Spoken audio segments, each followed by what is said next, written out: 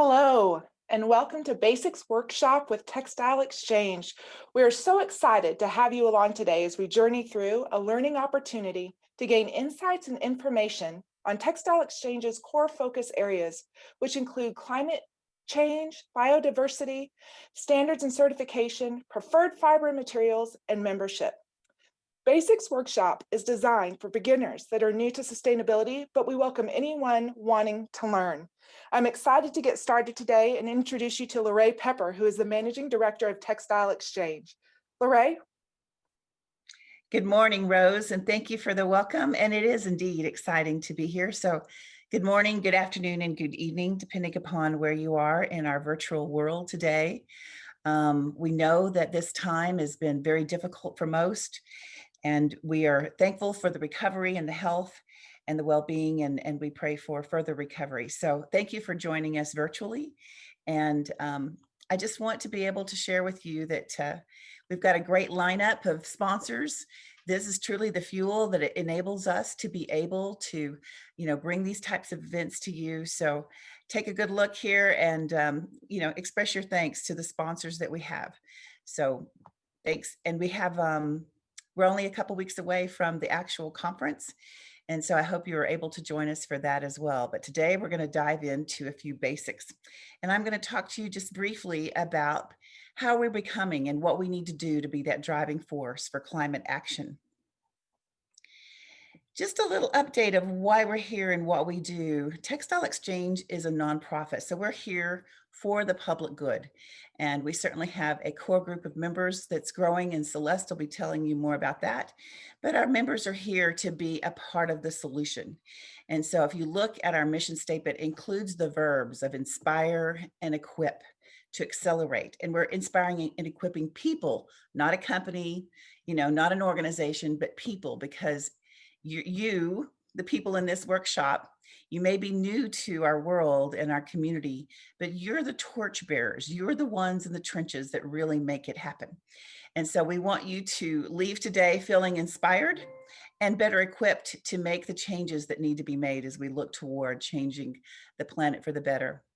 We focus on carbon reduction, soil health, water, and biodiversity as part of our holistic approach.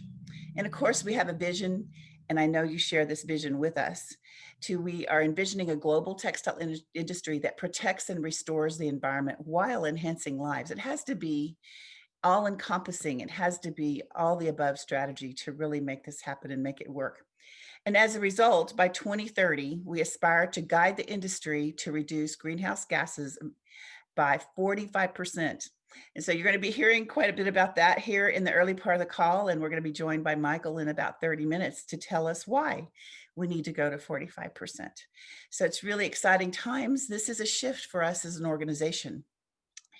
And part of that equip is that there's a number of tools and resources that we have that are available for you. You'll hear about the benchmarking program. We have tools and best practices and guidelines and frameworks that can aid you and help you along this journey, templates for helping you calculate different parts of your footprint and your strategy.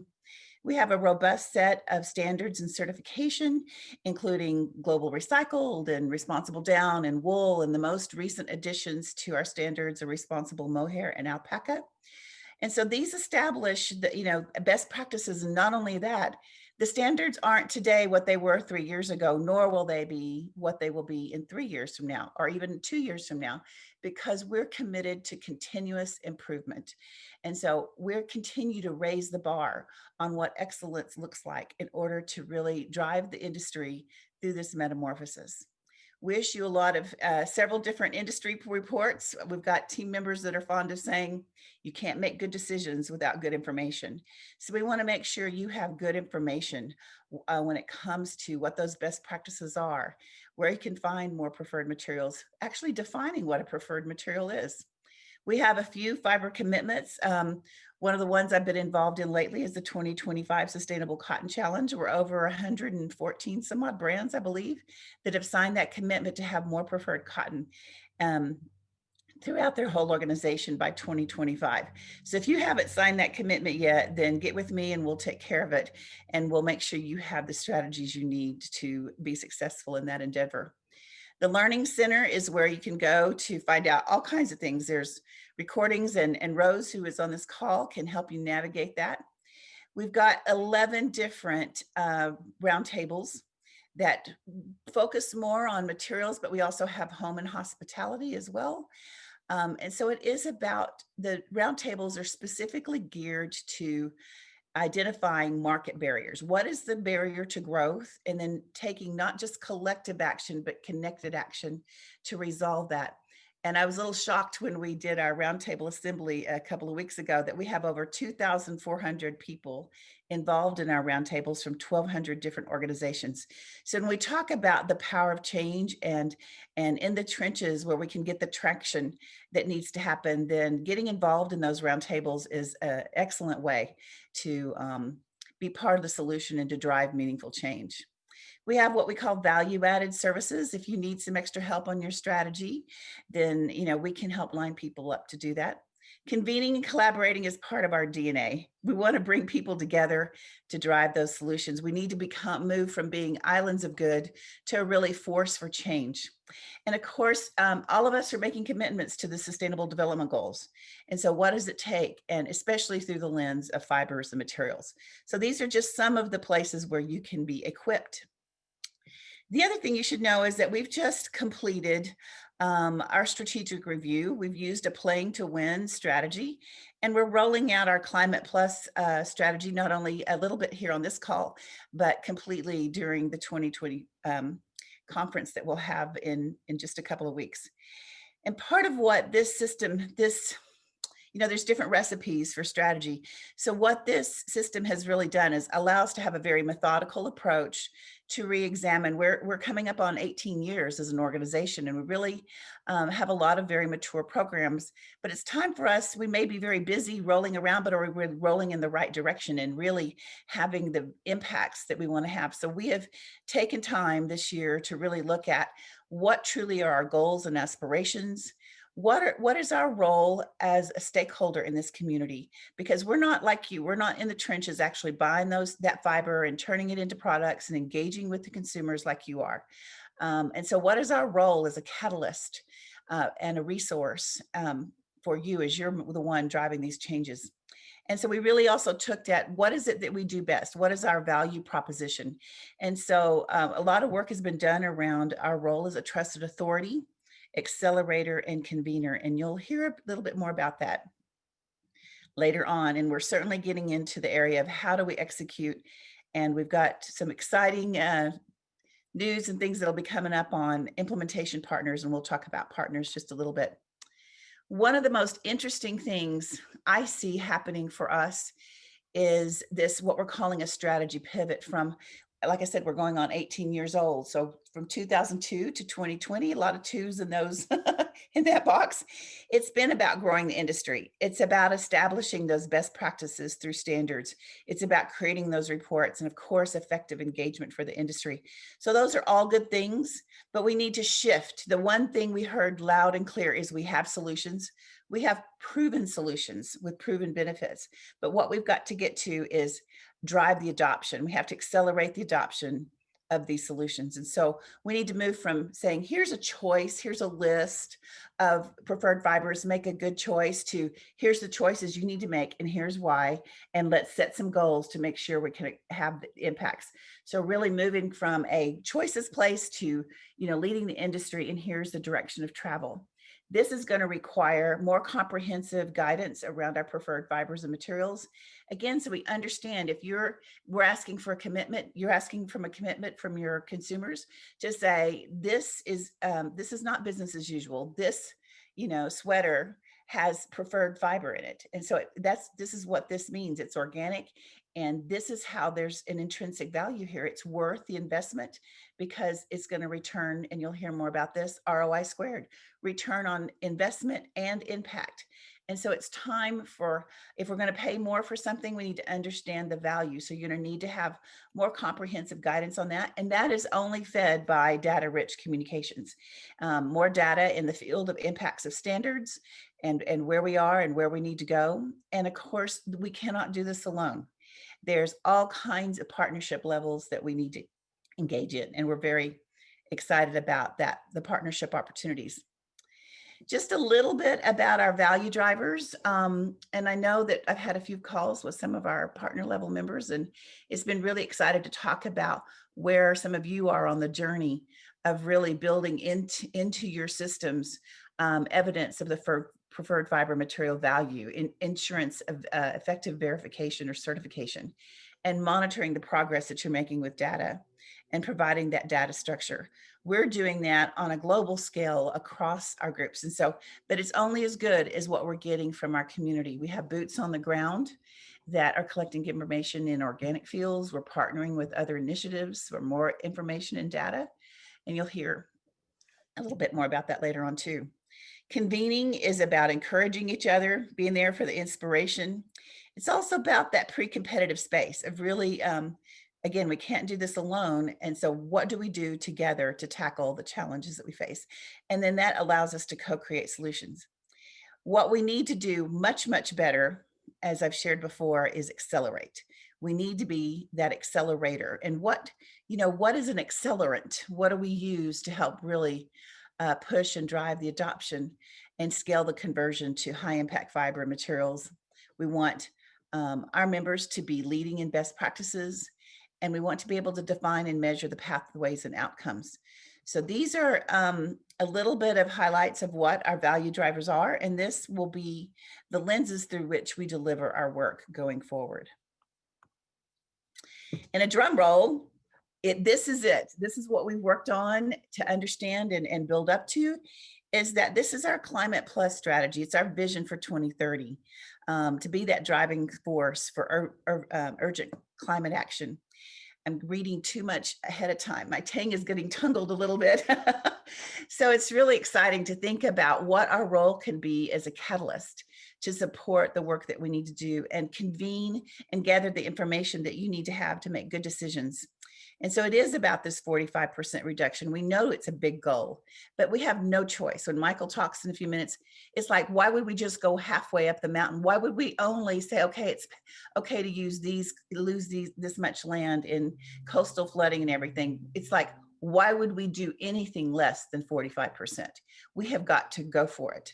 And we need to do this. What does the plus sign mean? It means it's grounded in partnership, and it's grounded in amplifying the positive impacts in soil health, water, and biodiversity. We have to reduce greenhouse gases. It's imperative, but we also need to do it in a way that respects life and builds life back into our communities, whether it's resilience for rural communities and better health and water for the people that live in the communities. So it is about respecting life as we reduce the greenhouse gases. I just want to take a couple of moments here to talk about why we need to partner. And this is a kind of a slide. Those of you who were in Vancouver with us last year saw this as well, and we've been continuing to build on this.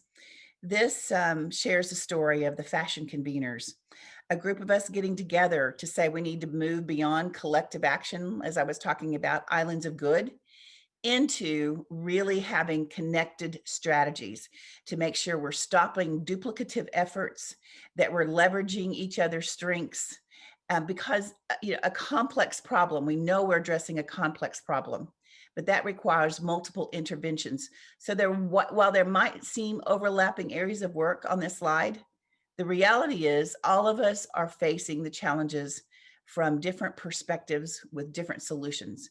But we're really excited about the partnerships that we have with Fashion for Good, Ellen MacArthur, Fashion Positive, Global Fashion Agenda, Accelerating Circularity. We're actually negotiating some really amazing agreements. We announced our partnership with Sustainable Apparel Coalition, AII, and ZDHC at the recent Sustainable Apparel Coalition members meeting. We're doing a lot of work with the International Labor Association of what do we do in order to support positive social change in the industry as well. And that is linked to Fashion Makes Change. And I believe we got an upcoming webinar if you want to learn more about that program. But across the top here, these are the commitments we're signing as an industry, whether it's science-based targets, UNFCCC, Sustainable Development Goals, and now the Fashion Pact with a focus on biodiversity and oceans. These are things that we're committing to and doing together. But interestingly enough, I get the phone call back that says, we just signed up for the Fashion Pact to do biodiversity in oceans. What's going on with biodiversity? And do we need 400 different people doing 400 different strategies for biodiversity? And you know the answer to that, of course not. And so we've been working with Fashion Pact and Conservation International and others to make sure that we're addressing this in a connected, holistic way. And you'll hear more about that later as well. So partnership will be key. And I'll pause here just a second. Rose, you're monitoring the questions. Do we have any questions at this point in time? We do not, but I do want to just welcome everybody that's in attendance that please, if you have a question, use the Q&A doc at the bottom of your screen and enter any question there, and we'll be happy to present that to Lorraine and engage with you. So please use the Q&A doc to enter any questions that you may have. All right. Thank you, Rose. Going on, one of the things that happened when we said, after the surveys is like the most number one thing that we must tackle together is climate. The team was looking at each other. It's like, we really don't have a climate specialist on board. So it really is about how we foster working together in this community, because there were a lot of people already engaged: South Pole, Qantas, a World Resource Institute, Apparel Impact Institute, of course, Science-Based Targets. You'll hear more about that from Michael in a few minutes. Of course, the Fashion Pact and the UNFCCC. And we're working with everyone in this deck, so to speak. And so when we started talking about climate, it was interesting. Oh, we also called the Decarbonization Project. There's 2 or 3 other people we called. But anyway, bottom line was we talked to 9 different people and we got 9 different answers on what the baseline should be. We're like, whoa, wait a minute. People had different scopes. They were using different baselines or methodology. Like, we've got to come up with a baseline that we can live with for our members, understand that it may not be perfect, but we don't want to let perfect get in the way of progress, that we have to start someplace and we have to have a clear direction of travel. The good news is that through this process, we're also talking to this group of how we have stronger alignment on methodologies and reporting. And so we have a commitment to work together and to make sure we're bringing the best and not bringing anything that's duplicating or conflicting into the mix. So just full disclosure that we're doing our best to be a good partner in this space and do this alignment. And Michael's helping us on that as well. The next thing I want to bring to your attention is that we are focused. Just like a couple slides ago, we are focused in the fiber production space. We are not going to have mission creep into yarn preparation or chemical use. In fact, we're working with ZDHC on the chemicals around man-made cellulosics, but we're not going to mission creep outside of fiber production.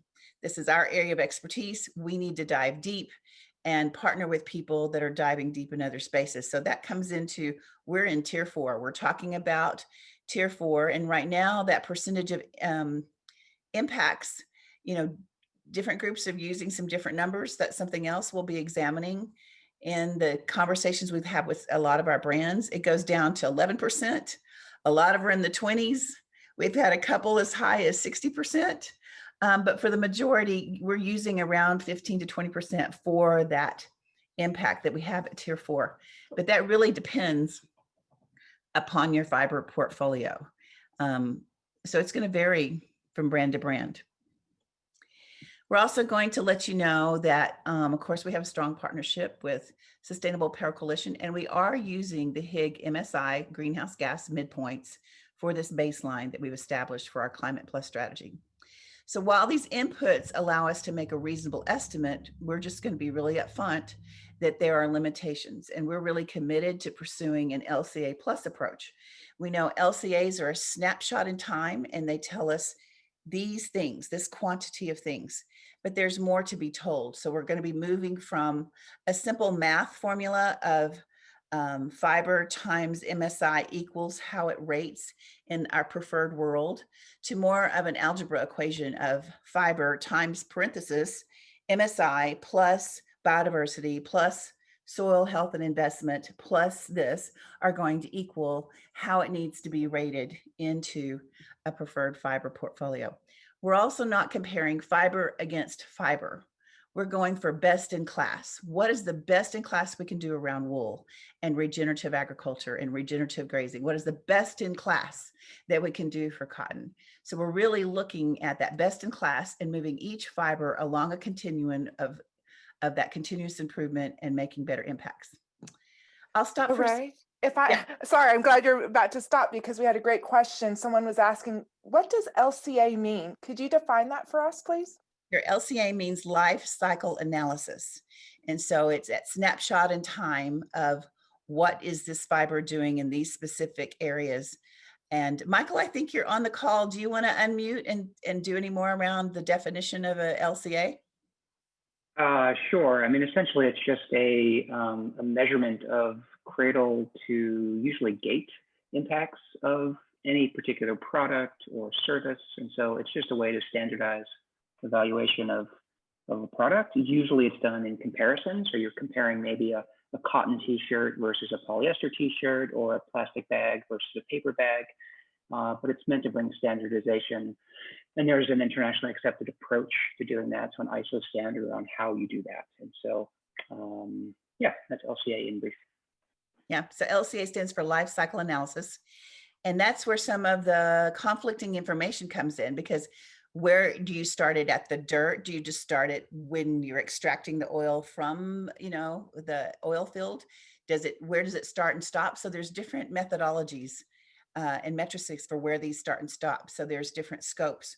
So that's where it can get confusing there's best practices around that. But right now, there's not some information on land use change and the biogenic carbon and soil carbon that's there. So we're committed to making sure we have a more robust data set that goes to the LCA plus piece. Any other questions, Rose? Yes, ma'am. Another question that came in related to the LCAs is, are there resources and tools to learn how to do LCAs on Textile Exchange? We don't specifically have that because they're fairly complex. So we go with specialists like ThinkStep or Qantas that have that expertise. So this is a specific expertise, and when we did the organic cotton LCA, we worked with ThinkStep, but there's several good firms out there that do LCAs. Thank you. And one other question, this is more around the water savings regarded to fiber used when shifting from conventional to organic cotton. There's so many numbers out there. Is there any idea of what those real savings are? Yeah, there's quite a bit. And I would defer this to when we talk about cotton specifically, but it's really interesting of when you talk about global averages, there's going to be some that are global averages, but then it gets region specific. So it does get a little confusing of comparing, a West Texas cotton field where I farm versus, Mississippi, and when you go to Tanzania and, rain-fed and in India. So we are looking toward going to more regional data rather than a global number that sometimes gets misinterpreted and misunderstood. So we're happy to talk cotton specifically in another context. But yeah, why don't you forward that along to me later, and I'd be happy to follow up specifically. No, sounds good. And one additional question, and then I'll allow you to move on. In regards to the calculations that you mentioned, will they be subject to third-party auditors and transparent on how the calculations were done, under what assumptions, and will it have a cradle-to-grave approach in its consideration? For Textile Exchange, we're going to have a focus on the fiber sourcing specifically. So cradle to grave is something that we'll leave to those experts like cradle to cradle and a lot of the work that's being done in circularity. So our focus and where we're going to be investing more in data is going to be literally in the fiber and material production space. So that's going to be our scope of focus. And then the other piece on that question is, as far as transparency, we have a couple working groups that are in motion now on creating definitions around preferred materials and what goes into that defining. And I know that that's an open task force. and we're piloting, and it'll go through anything that Textile Exchange does. We are very committed to an open, inclusive stakeholder process. So you don't have to be a member to participate in our roundtables or a member to participate in our working groups. And so what we will do as this evolves, as we have done with our standards and other tools, everything will go through a public stakeholder engagement opportunity and public comment time. So yes, we're committed to transparency, understanding where those assumptions are as we move forward. Great. I'll let you Let's continue. move Thank you. forward. Please. Yeah, in the interest of time, Yes. this is what kind of taking some key fibers and materials. You can see we've got polyester, cotton, nylon, and wool, and man-made cellulosics down, and leather, and a few other things. But here's what it looks like to capturing those greenhouse gases using our data around the preferred fiber market report and the MSI. So we come that without, and here's what it looks like business as usual, these big numbers. And here's where we need to go as far as goals. So it is a big, hairy, audacious goal that we have to hit.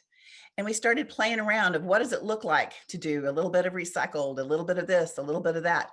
But the bottom line is that it's going to require aggressive substitution. And that is only making part of the dent.